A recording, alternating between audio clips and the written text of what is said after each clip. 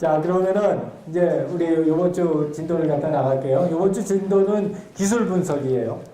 기술 분석이라는 거는 뭐냐면은 우리가 이제 굉장히 다양한 여러 가지 기술들이 있는데 그런 기술들의 현재 상태가 어떤가? 그리고 내가 지금 생각하고 있는 제품이나 서비스에는 어떤 기술이 제일 적합할까?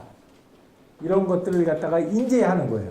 아마 여러분들이 그런 생각이 들 것 같아. 기술이 제일 중요하지 않나. 기술이 제일 중요하고 그거 먼저 정하고 그 다음서부터 그 기술을 바탕으로 우리가 할 수 있는 어떤 제품이나 서비스를 생각해야 되지 않나 라는 생각을 할 수도 있는데 그렇지가 않다는 거예요. 그 기술이라고 하는 거에 처음서부터 너무 목매면은 우리가 생각할 수 있는 가능성이 상당히 줄어들어요. 그렇기 때문에 우리가 분석 단계에서 제일 마지막 네 번째로 이 기술 분석이라는 얘기를 하는 이유도 인간에 대한 분석, 과업에 대한 분석, 환경에 대한 분석을 먼저 한 상태에서 현재 가용한 기술이 어떠한 기술이 있는가를 보는 게 이 전반적인 우리 새로운 컨셉이나 새로운 형태의 디바이스와 서비스를 갖다 만들어내는데 좀 더 마땅한 방법이겠다 하는 게 내 개인적인 신념이기도 하고 또 전반적인 이야기이기도 해요.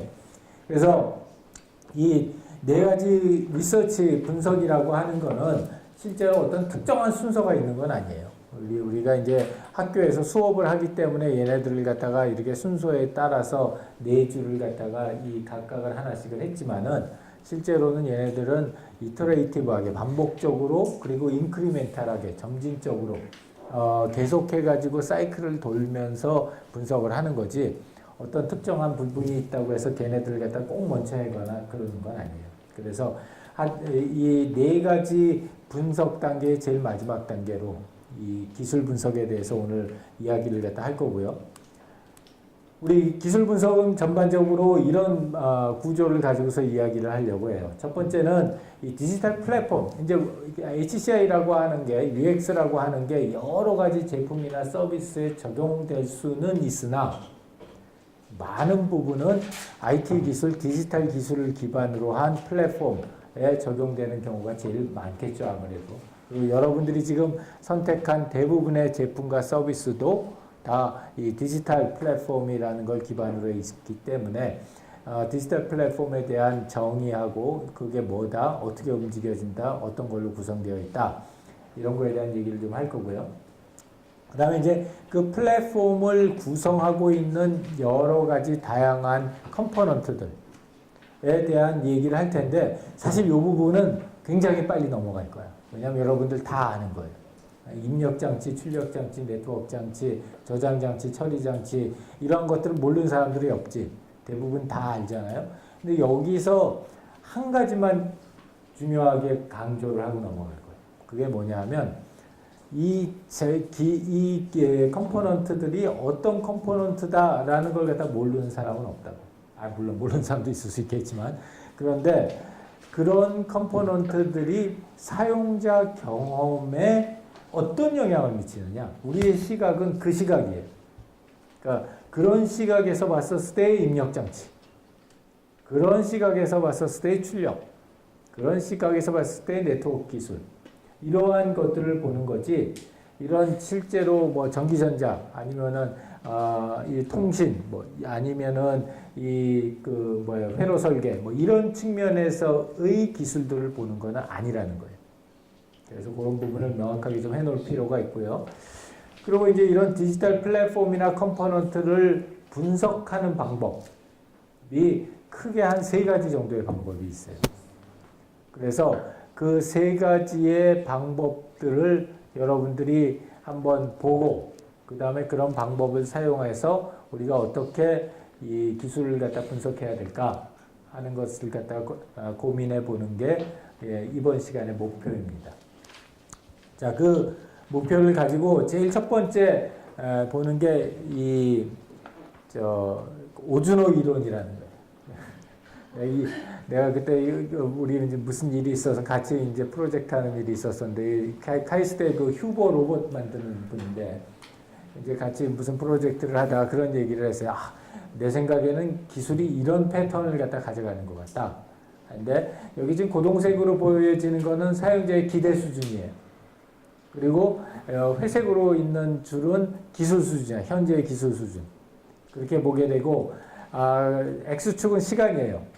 그래서 시간의 흐름에 따라서 이 기술의 수준이나 사람들의 기대 수준이 어떻게 변하는가 하는 걸 갖다 본 그래프인데, 자 여기서 보면은 여러분들 보다시피 이 실제로 보게 되면은 사용자의 기대 수준은 처음에 하늘을 찌르자. 그다음에 이게 실망을 거듭해 나가다가 어느 순간인가 여기서부터는 그런 대로 쓸만하네 하는 생각이 들기 시작하면서 다시 바운스를 하죠. 저거 바운스 못하면 망하는 거고 그냥.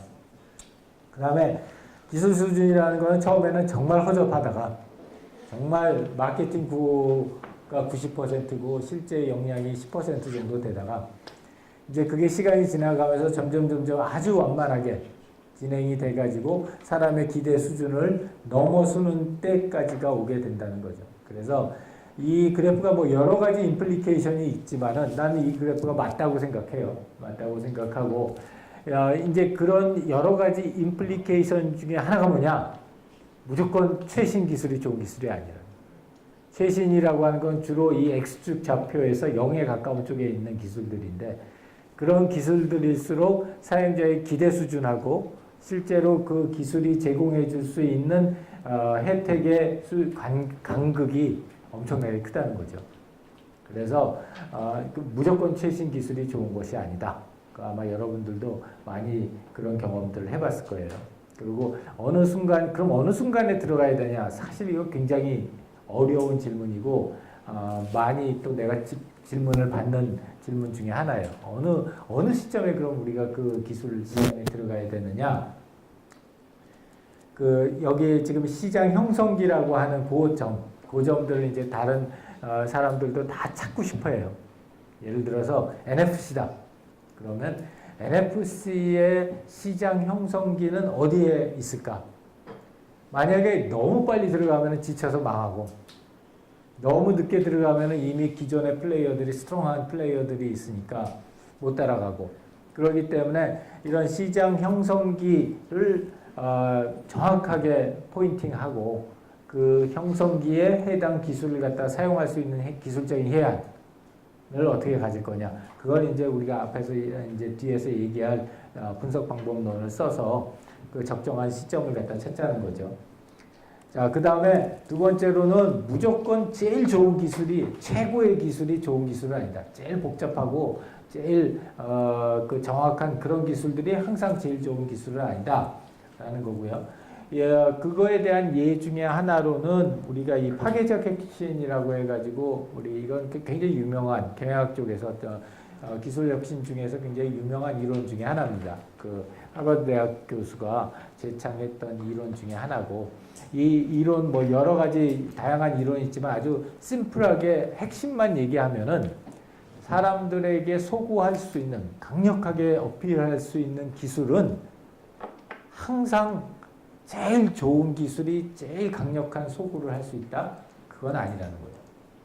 때에 따라서는 열등한 기술이 오히려 사람들에게 더 강력한 소구 포인트가 될 수 있다. 그러면서 이제 많이 얘기를 하는 것 중에 하나는 이런 서스테이닝한 그런 그 이노베이션하고 이 디스럽티브한 그런 이노베이션을 우리가 나눠야 된다. 그래서 기술이 아직 완성도가 높지 않을 때에는, 그때는 아주 조금이라도 더 빨리, 조금이라도 더 가볍게 하는 그런 방법이 더 좋은 방법이지만, 기술이 어느 정도 성숙도를 넘어가서 사람들이 요구하는 수준보다도 더 높은 수준의 기술이 일반적인 스탠다드가 되면은 그때는 무조건 좋다고 해서, 무조건 더 빠르다고 해서, 무조건 더 가볍다고 해서 좋은 기술은 아니다 라고 하는 걸 갖다가 제창한 게 이 파괴적 혁신 이론이에요. 그래서 이제 그런 파괴적인 혁신 이론에 여러 가지 뭐 예들이 많이 있어요. 뭐 대표적인 예로 많이 드는 것 중에 하나가 델 컴퓨터 같은 거예요. 그래서 과거에는 우리가 굉장히 하이엔드에 있는 컴퓨터들을 갖다 주로 열심히 돈 많이 넣어가면서 했는데 어느 순간에 사람들이 생각했었을 때 내가 이거 과연 이 돈을 들여가면서 여기에 이 컴퓨터를 사가지고 과연 내가 얼마나 쓰나 막 이런 생각들을 사람들이 하기 시작했었을 때에는 오히려 덜 소피스티케이트고 덜 좋은 기술이지만 사람들에게 적정한 가격에 적정한 베네핏을 줄 수 있을 정도만의 기술이 더 어필링하다 하는 얘기들을 갖다 했다는 거죠. 자, 그래서 그런 그 현상적인 것들이 뭐 우리 지난 학기 학생들 발표 중에는 디지털 액자도 그랬고 각 집마다 하나씩 있는데 실제로 이거 제대로 쓰는 집은 하나도 없다는 거죠. 뭐 증강현실, 우리 엄청나게 많이들 증강현실 한 몇 년 전에 모든 세상이 핸드폰 속에서 다 돌아갈 거라고 생각을 했는데 지금 다 지나가는 현상에서 보면은 그러니까 말하자면 이게 요 간극에 있는 거예요 지금. 요 간극에 아직도 여기 어디지? 여기 어디 언저리에서 지금 헤매고 있는 중이라는. 그러니까 이제 그런 측면에서 보게 되면은 이 타이밍을 갖다 제대로 알고 기술의 포텐셜을 제대로 안다는 것은 상당히 중요한 그런 이슈라는 겁니다.